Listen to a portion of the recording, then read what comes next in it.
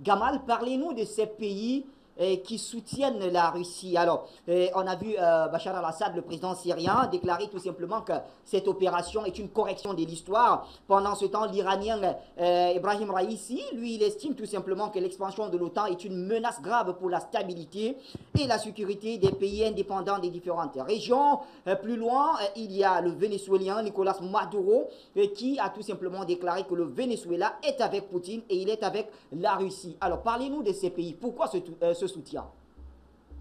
Alors d'abord, vous venez d'énumérer un certain nombre de pays qui sont des pays qui ont été agressés ou qui sont sous embargo ou qui sont sous la menace américaine. Donc ces pays-là ont l'intelligence de parier sur la reconstitution du bloc de l'Est que je me suis autorisé à appeler Russe-Chine, donc la fusion entre la Russie et la Chine.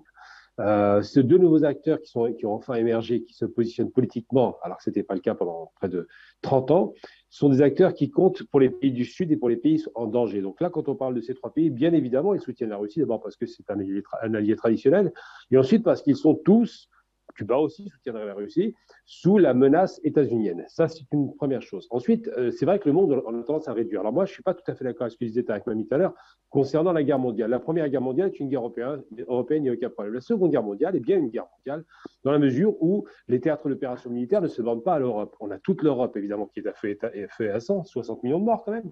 Mais on a aussi et surtout l'Afrique du Nord qui est en guerre aussi, puisqu'elle est sous le Elle contrôle était français. française. Oui, mais c'est l'Afrique du Nord quand Elle même. Il y a quand était même... colonisée. Si elle, cher Gamal, vous le savez très bien, vous connaissez mon projet. Juste Si pour elle finir mon n'était pas propos. colonisée par la France, il n'y aurait peut-être pas eu de guerre en Afrique du Nord. Alors, c'est faux parce que, là, je suis désolé de vous contester là-dessus, parce que les Allemands ont parié aussi, même s'ils avaient fait une mauvaise alliance avec l'Italie de Mussolini, qui faisait aussi la guerre en Afrique, rappelons-le quand même, les Allemands ont parié avec une alliance avec Mussolini qui a conduit à ne pas pouvoir s'allier réellement avec les Arabes. Mais les Allemands ont bien fait une alliance avec, par exemple, les Irakiens, il ne faut pas oublier, ils ont aidé les Irakiens à se soulever contre l'Angleterre. Donc il y a bien une guerre mondiale, on la voit en Asie, évidemment, avec toute l'Asie qui est prise en tenaille avec le Japon, la Chine, bref, si ce n'est pas le monde qui est en guerre, le seul endroit au monde où il n'y a pas la guerre, c'est l'Australie et l'Amérique du Sud. Donc tous les autres pays sont engagés dans cette guerre. Donc, Mais c'est ça, pas mondial. si, c'est mondial. À partir du moment où tous les pays qui sont engagés, c'est mondial. Mais pour faire simple, ça, c'est pas grave, c'est la sémantique historique. Pour revenir à nos moutons, par rapport à ces questions-là, le monde, et là où c'est intéressant, le monde ne se borne pas, évidemment, à des pays alliés aux Russes ou qui ont intérêt à l'être, et l'Occident. Le monde est beaucoup plus vaste que ça, et j'ai envie de dire que toute l'Afrique, en dépit de ce qui a été dit récemment par l'Union africaine, qui est finalement une forme de condamnation en demi-teinte, toute l'Afrique est derrière la Russie en totalité. Le seul pays qui m'a surpris d'ailleurs, c'est l'Afrique du Sud, qui est un petit peu véhément. Mais tout le reste est derrière la Russie.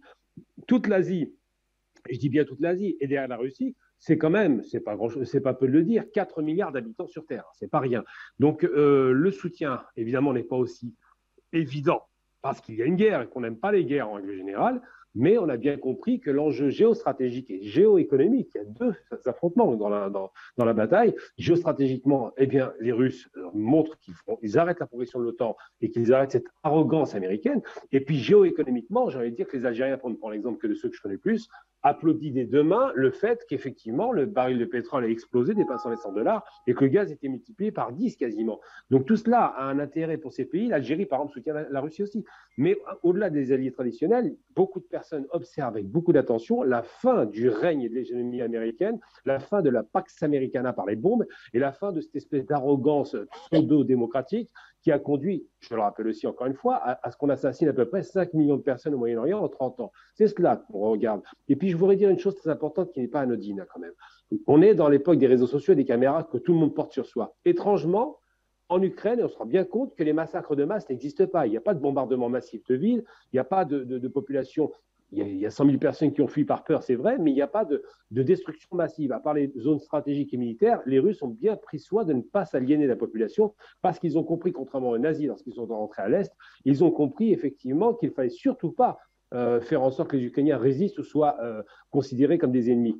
Et il y a une tradition, évidemment, c'est parce que la moitié de l'Ukraine, quand même, est russe. Donc ça, c'est une chose qu'il faut rappeler. Donc j'ai envie de dire qu'au-delà des pays que vous aviez nommés, qui ont un intérêt à être avec le soutien des Russes traditionnels parce qu'ils sont aussi en danger et qui voient bien que le danger va être relevé bientôt, surtout, c'est que le reste du monde est plutôt favorable à la position russe. Pourquoi? Parce que, et c'est là où on revient au racine du mal, les accords de Minsk, qui sont les accords fondamentaux et qui ont été une fois de plus trahis par l'Occident, ces accords de Minsk ont existé et garantissaient pendant 8 ans, et les Russes ont été patients, qu'il n'y ait pas de massacre dans le Donbass, et les massacres ont eu lieu. étrangement, ces massacres ne sont pas documentés. Donc il faut se rappeler, moi je ne suis pas un pro-russe obsessionnel, mais je suis objectif. Quand les Russes ont eu autant de patience et qu'ils sont arrivés à ça, c'est que vraiment en face, on se moquait d'eux. Donc oui, il y a un soutien de ces pays-là, mais il va bien au-delà de ces simples pays.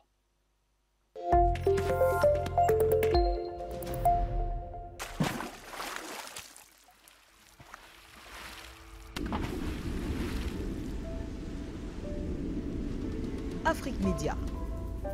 Le monde, c'est nous.